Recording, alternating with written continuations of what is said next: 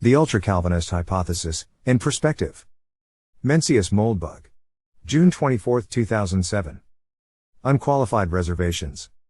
Narrated by Skeptical Waves. The Ultracalvinist Hypothesis, in Perspective. The Ultracalvinist hypothesis is the proposition that the present-day belief system commonly called progressive, multiculturalist, universalist, liberal, politically correct, etc., is actually best considered as a sect of Christianity. Specifically, ultracalvinism, which I have also described here, is the primary surviving descendant of the American mainline Protestant tradition, which has been the dominant belief system of the United States since its founding. It should be no surprise that it continues in this role, or that since the US's victory in the last planetary war it has spread worldwide. Ultracalvinism is an ecumenical syncretism of the mainline, not traceable to any one sectarian label. But its historical roots are easy to track with the tag Unitarian. The meaning of this word has mutated considerably in the last 200 years, but at any point since the 1830s it is found attached to the most prestigious people and ideas in the US, and since 1945 in the world. The trouble with Unitarian as a label is that, A. It exhibits this evolutionary blurring, and B. It at least nominally refers to a specific metaphysical belief, anti-Trinitarianism. So I took the liberty of coining ultracalvinist. The Calvinist half of this word refers to the historical chain of descent from John Calvin and his religious dictatorship in Geneva, passing through the English Puritans to the New England Unitarians, abolitionists and transcendentalists, progressives and prohibitionists, super-Protestants, hippies and secular theologians, and down to our own dear progressive multiculturalists. The ultra half refers to my perception that, at least compared to other Christian sects, the beliefs of this faith are relatively aggressive and unusual. In fact, they are so unusual that most people don't see ultracalvinism as Christian at all. For example, on the theological side, ultracalvinism is best known as Unitarian Universalism. It's an interesting exercise to try to find any conflicts between Uism and political correctness. Ultracalvinists are perfectly free to be atheists, or believe in any god or gods, as long as they don't adhere to any revealed tradition, which would make them fundamentalists. In general, ultra-Calvinists oppose revelation and consider their beliefs to be pure products of reason. And perhaps they are right in this, but I feel the claim should at least be investigated. I am not a theist, so I don't care much for theology. Paranormal beliefs are not beliefs about the real world, and cannot directly motivate real-world action. As a result, they are usually of no adaptive significance, tend to mutate frequently, and are a dangerous basis for classification. And when we look at the real-world beliefs of ultra-Calvinists, we see that ultra-Calvinism is anything but content-free. By my count, the ultra-Calvinist creed has 4 main points. First, ultra-Calvinists believe in the universal brotherhood of man. As an ideal, an undefined universal, this might be called equality. All men and women are born equal. If we wanted to attach an ism to this, we could call it fraternalism. Second, ultra-Calvinists believe in the futility of violence. The corresponding ideal is of course peace. Violence only causes more violence. This is well known as pacifism. Third, ultra-Calvinists believe in the fair distribution of goods. The ideal is social justice, which is a fine name as long as we remember that it has nothing to do with justice in the dictionary sense of the word, that is, the accurate application of the law. From each according to his abilities, to each according to his needs, to avoid hot-button words, we will write on a name and call this belief Rawlsianism.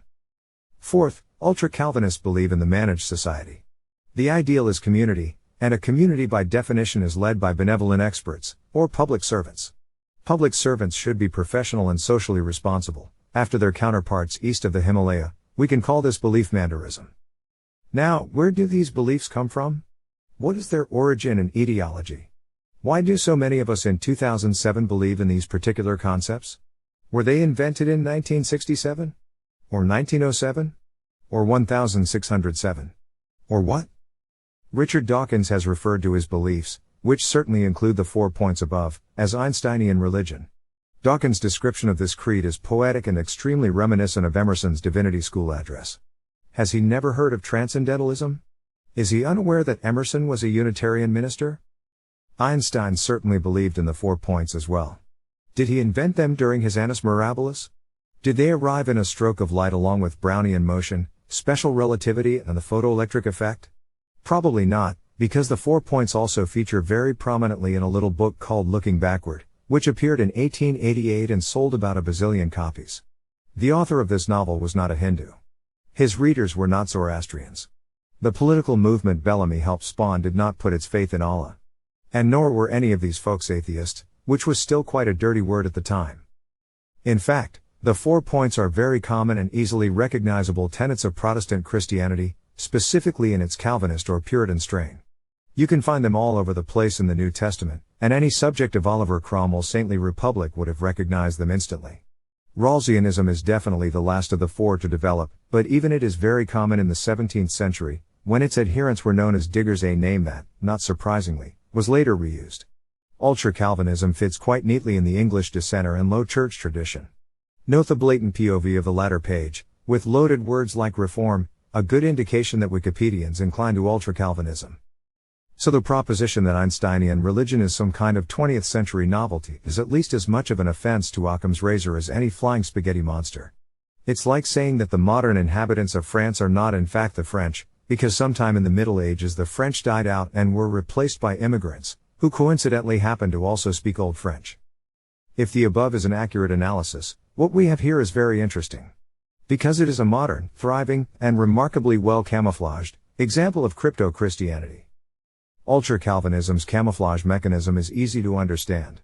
If you are an ultra-Calvinist, you must dispute the claim that the 4 points are actually Christian, because you believe in them and you believe they are justified by reason rather than faith.